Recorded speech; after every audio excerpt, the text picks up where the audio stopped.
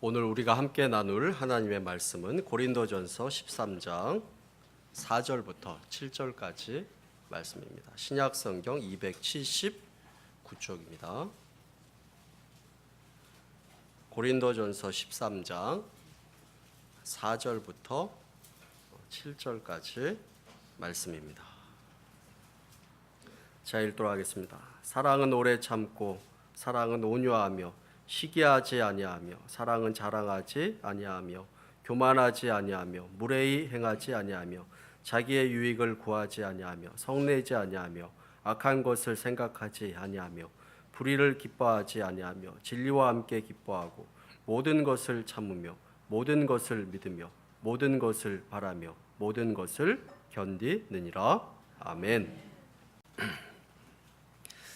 이제 하늘을 보면 이제 가을 하늘인 것 같습니다. 우리 한번 앞뒤 좌우에 있는 사람들에게 이렇게 인사했으면 좋겠습니다. 가을에 행복이 넘치시기를 바랍니다. 한번 이렇게 인사했으면 좋겠습니다. 예, 어느 가정에 아들이 있었습니다. 그 아들의 엄마는 아침부터 저녁까지 끊임없이 아들에게 잔소리를 했습니다. 손 씻어라, 세수해라, 밥 먹어라, 옷 좀 제대로 입어라. 계속 잔소리를 했는데 변화가 없었습니다. 그런데 어느 날부터 이 아들이 달라졌습니다. 아침에도 알아서 벌떡 일어나고 세수도 잘하고 밥도 잘 먹고 머리도 깔끔하게 정리했습니다. 뿐만 아니라 옷도 잘 입고 눈에 생기가 돌기 시작하고 입에서는 흥얼거리는 소리가 넘치기 시작했습니다. 무슨 일이 일어난 것일까요? 예, 이유는 하나일 것입니다. 아들에게 사랑하는 사람이 생긴 것입니다. 예, 사랑은 사람을 변하게 만드는 것입니다. 그래서 어떤 분은 사랑은 인간을 변화시킬 수 있는 가장 위대한 창조의 예술이다, 이렇게 이야기를 했습니다. 이처럼 인간의 사랑도 사람을 변화하도록 만듭니다. 그리고 천지를 창조하시고 우주 만물을 운행하시는 우리 창조의 우리 하나님, 그 하나님의 조건 없는 사랑을 체험하고 느낀 사람은 더 놀라운 변화를 경험하게 됩니다. 고린도전서 13장 1절부터 함께 사랑에 대해서 나눠보고 있습니다. 믿음, 소망, 사랑 중에 그 중에 제일은 사랑이라 라고 이렇게 하였습니다. 우리가 아무리 멋진 말과 유창한 언어, 좋은 말을 하더라도 그 안에 사랑이 없으면 아무것도 아니다. 또 산을 옮길 만한 큰 믿음이 있더라도 그 안에 사랑이 없으면 아무것도 아니요. 온 몸과 마음으로 구제하고 나누어 주어도 그 안에 사랑이 있어야 함을 이야기를 나눴습니다. 지난주에는 사랑은 오래 참는 것입니다. 나에게 해를 끼친 사람에게 오래 참음을 이야기했습니다. 사랑은 온유한 것입니다. 나를 힘들게 만든 그 사람에게도 적극적으로 선을 행하는 것을 이야기했습니다. 또한 사랑은 다른 사람에 대해서 시기하지 않고 자기 자랑을 하거나 교만하지 않는다라고 이렇게 이야기를 했습니다. 이것이 사랑이라 이렇게 나누었습니다. 우리가 지난주에 이어서 이 사랑이 가지고 있는 특성과 그 의미가 무엇인지 계속해서 한번 나눠보기를 원합니다. 오늘은 고린도전서 13장 5절 말씀을 가지고 사랑은 어떤 것이어야 되는가 하는 것에 대해서 함께 나눠보기를 원합니다. 우리 고린도전서 13장 5절 말씀을 우리 다 같이 한번 읽어보도록 하겠습니다. 자, 시작.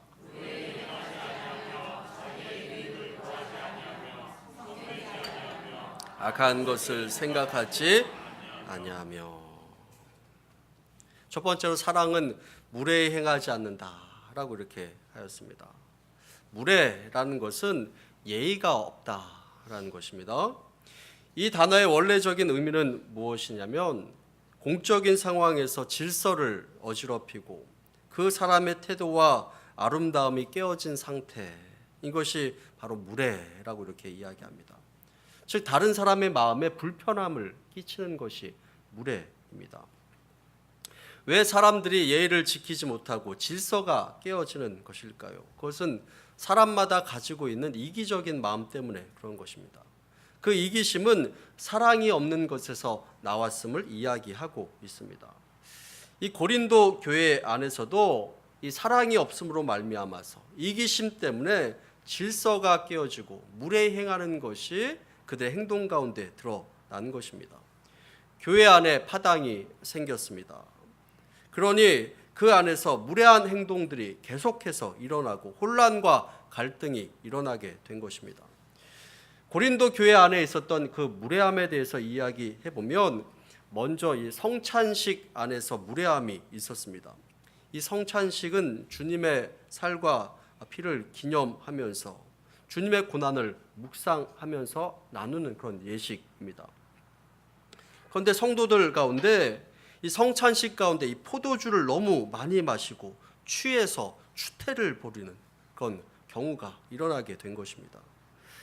성찬식의 이 포도주는 그것을 먹으면서 주님의 피를 기념하는 것입니다. 그런데 요즘에도 어떤 성도는 이 포도주를 먹고 취하고 싶어하는 그런 분이 있는 것을 보게 됩니다. 목사님, 이거 진짜 포도주 맞습니까? 왜 먹어도 취하지 않죠? 예, 이렇게 물어보는 경우도 있게 됩니다. 성찬식의 이 포도주는 취하려고 먹는 것이 아닙니다. 그런데 이 당시에서 이 성찬식 가운데 포도주를 너무 많이 먹어서 취해서 추태를 부리는 그런 사람, 무례한 사람들이 있었다라는 것입니다. 그래서 고린도전서 11장 27절부터 29절까지의 말씀을 보면 바울이 이 성찬식 중에 어떠한 무례도 범하지 말 것을 경고하고 있습니다. 27절부터 29절까지 말씀을 보면 우리 함께 한번 읽어보도록 하겠습니다. 자, 시작. 그러므로 누구든지 주의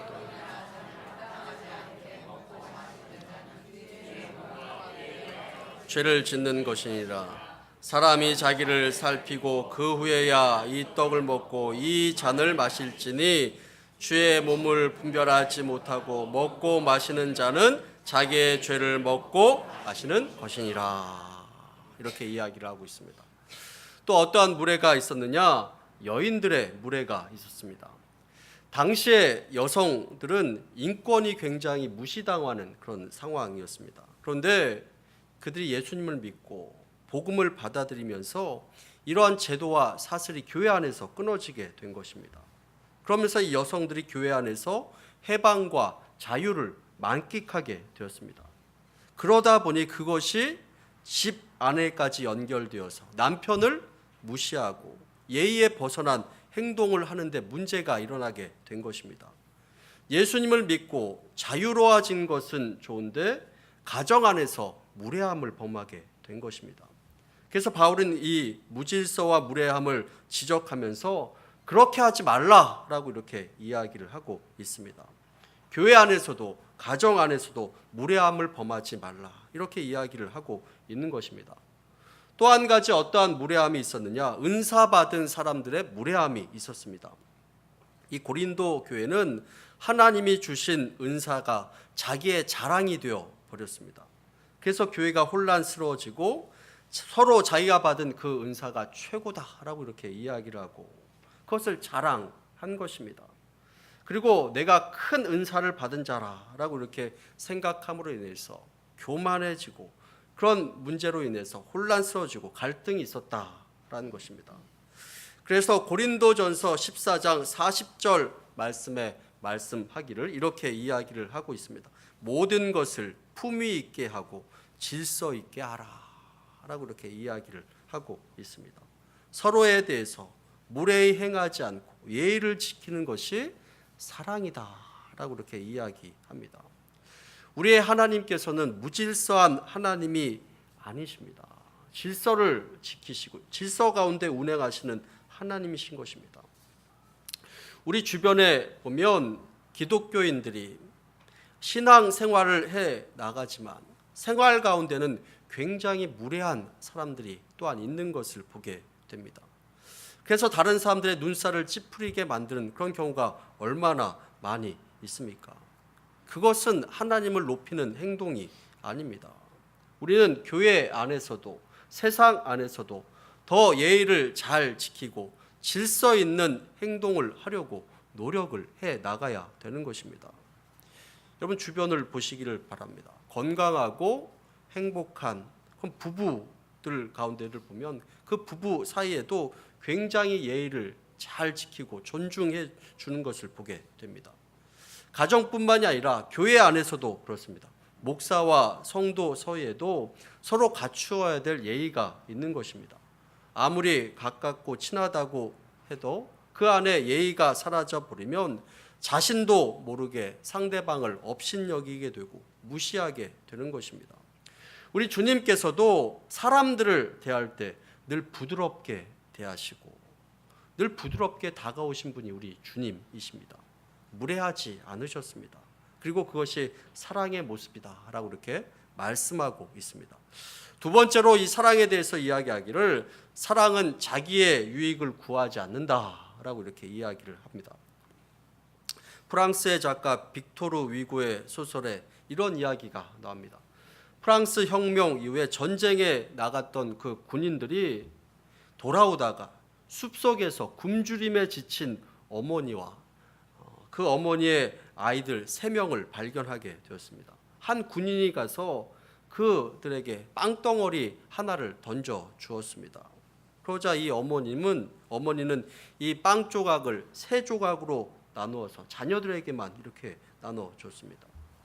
이것을 본 한 병사가 아니 저 여자는 배가 안 고픈가 봅니다. 이렇게 이야기를 했습니다. 그러자 상사 한 명이 이렇게 대답했습니다. 아니야. 그것은 그녀가 배가 안 고픈 것이 아니라 그녀가 어머니이기 때문이야. 이렇게 이야기를 했습니다. 이 어머니의 사랑이 자신의 본능과 이기심을 극복하도록 만든 것입니다. 사람이 자기의 유익을 구한다라고 하는 것이 다 죄다라고 이렇게 이야기할 수는 없을 것입니다. 그런데 참된 사랑은 그 이기심을 극복하고 자기의 욕심을 넘어서서 이웃과 타인의 유익을 구할 수 있도록 만든다라는 것을 이야기하고 있습니다. 우리가 신앙인이라면 내가 소유하고 있는 것, 그것이 우리 하나님께서 나만을 위해서 주신 것이 아니라 그것은 나눠주기 위해서 주셨다라는 것을 기억해야 합니다. 그래서 자기의 유익을 구하지 않는다 하는 것은 내 것, 이것은 너 것이고 이것은 내 것이다 라는 그런 소유의 개념에서 이 모든 것이 하나님의 것이다 라고 이렇게 고백하는 그런 성숙한 믿음의 고백을 하게 된다라는 것을 이야기하고 있습니다.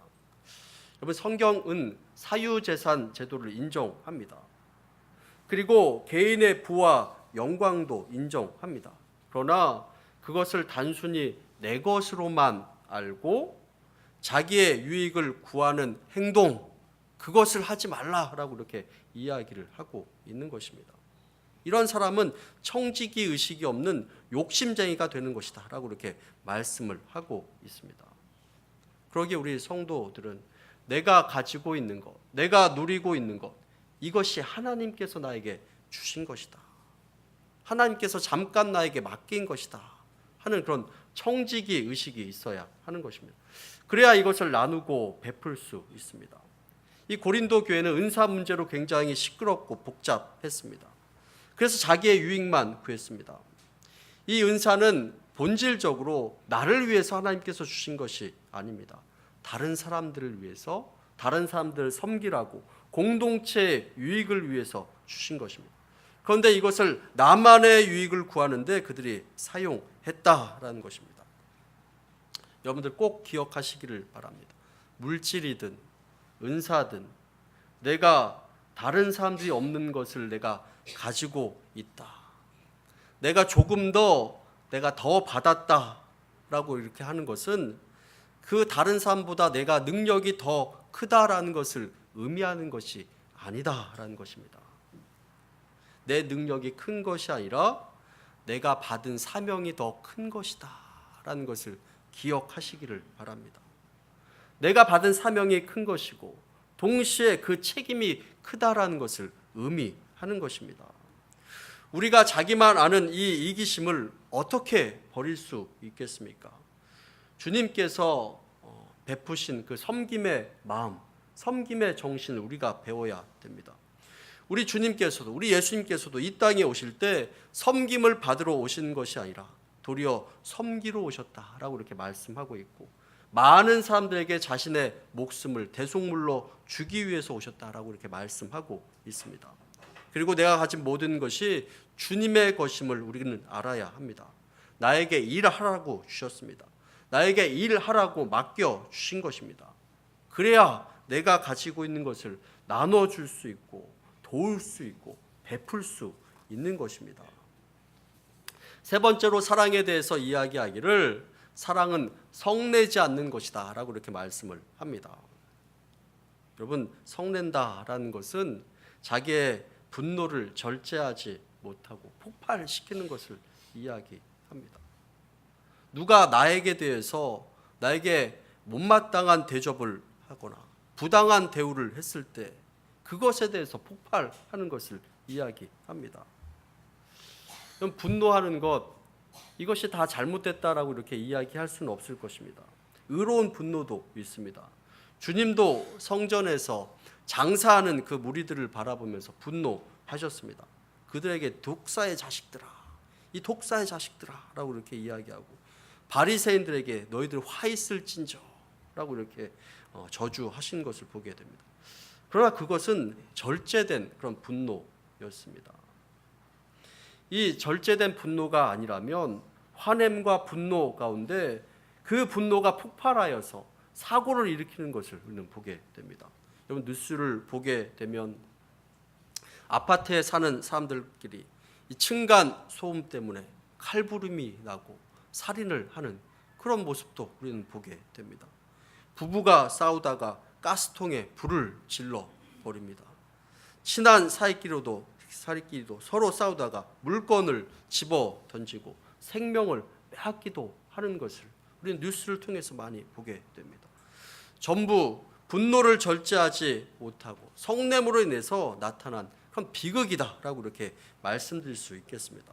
성경을 보면 분노에 대해서 이렇게 이야기합니다. 야고보서 1장 20절 말씀 우리 함께 한번 읽어보도록 하겠습니다. 자, 시작. 사람이 성내는 것은 하나님의 의를 이루지 못하며. 잠언 16장 32절 말씀도 우리 읽어보기를 원합니다. 시작. 노하기를 더디하는 자.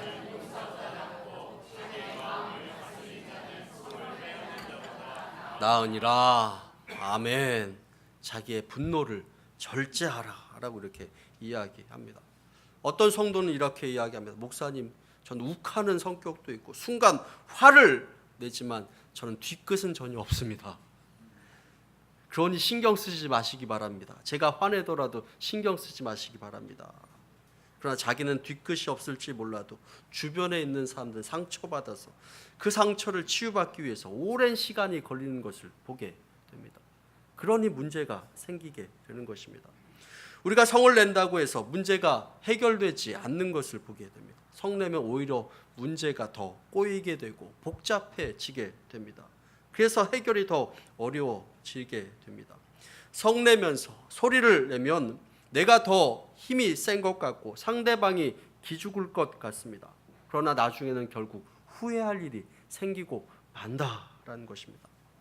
성내다가 망한 사람 참 많은 것을 보게 됩니다. 그러니 이 성냄이 나를 망하게 한다라는 것을 늘 기억하시기를 바랍니다. 우리가 때로는 상대방의 상황을 잘 이해하지 못해서 성을 내게 되는 것도 보게 됩니다. 그러나 사랑하면 용납하게 된다라는 것을 말씀합니다. 사랑하면 이해하게 된다라는 것을 말씀합니다. 부모가 자식의 못마땅한 행동을 보면서 견디는 그 이유가 무엇입니까? 사랑하기 때문입니다. 사랑하면 참고 견딜 수 있게 된다라는 것을 말씀합니다. 마지막으로 사랑은 악한 것을 생각하지 않는다라고 이렇게 이야기합니다. 우리 고린도전서 13장 5절 말씀을 다시 한번 읽어보도록 하겠습니다. 시작. 무례히 행하지 아니하며 자기의 유익을 구하지 아니하며 성내지 아니하며 악한 것을 생각하지 아니하며. 여러분, 악한 것을 생각한다. 이 악한 것을 생각한다, 나쁜 일, 나쁜 계획을 생각한다, 이런 의미도 있을지 모르겠지만 원래의 의미는 무엇이냐면 남이 나에게 입힌 피해나 상처를 기록하여서 보관하고 두고두고 읽고 그것을 생각하는 것을 이야기합니다. 여러분 이해가 되십니까? 남이 나에게 입힌 피해, 상처를 두고두고 생각하는 것. 이것은 악한 것을 생각한다. 그것을 악한 것을 생각하지 아니하며 라고 이렇게 이야기하고, 그렇게 하지 않는 것이 사랑이다라고 이렇게 말씀을 합니다. 그들의 행위를 용납해 주고 용서해 주는 것을 이야기합니다. 여러분 말씀을 잘 보시기를 바랍니다. 악한 것을 행하지 않는다라고 이렇게 이야기하는 것이 아니라 악한 것을 생각하지 않는다. 행동하는 것뿐만이 아니라 생각도 하지 않는 것을 이야기합니다. 여러분 남에게 보복하지 않고 복수하지 않는 것, 이것이 쉬운 일이 아닙니다.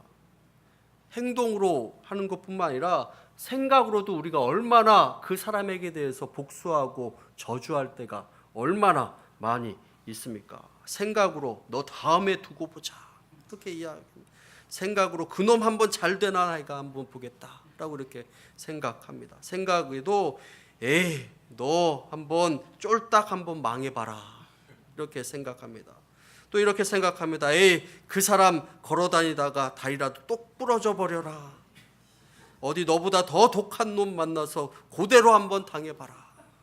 이렇게 생각을 합니다. 그러나 여러분 사랑은 그런 생각도 안 하는 것이다 라고 이렇게 말씀하고 있습니다. 악한 것을 생각하지 아니하며, 우리가 다른 사람들을 저주하고 마음속으로 그 사람 안 되기를 바랄 때가 얼마나 많이 있습니까? 그러나 그러지 말라라고 이렇게 이야기합니다. 그 사람도 하나님께서 사랑하는 사람이다라는 것을 우리가 생각해야 되고, 그 사람도 내가 싫어하는 사람이지만 나름의 장점이 있다, 하나님께서 아끼는 사람이다라는 것을 우리가 믿어야 되는 것입니다. 그러니 그 사람을 저주하고 그 사람에게 악한 마음을 품었던 것, 그런 것들을 하지 말라라고 이렇게 이야기를 하고 있고, 그 사람을 용서하라라고 이렇게 말씀하고 있습니다. 그 사람을 용서하지 않으면 우리 주님께서도 우리를 용서하지 않으시고 우리 또한 용서받을 자격이 없다라는 것을 기억해야 되는 것입니다. 그래서 악한 생각을 갖지 말라. 그 사람에게 대해서 불쌍히 여기는 마음으로 용서하는 마음을 가지라라는 것을 이야기합니다. 여러분 우리 주님께서 우리를 용서하실 때 우리가 용서받을 자격이 있어서 우리가 용서함을 받았습니까?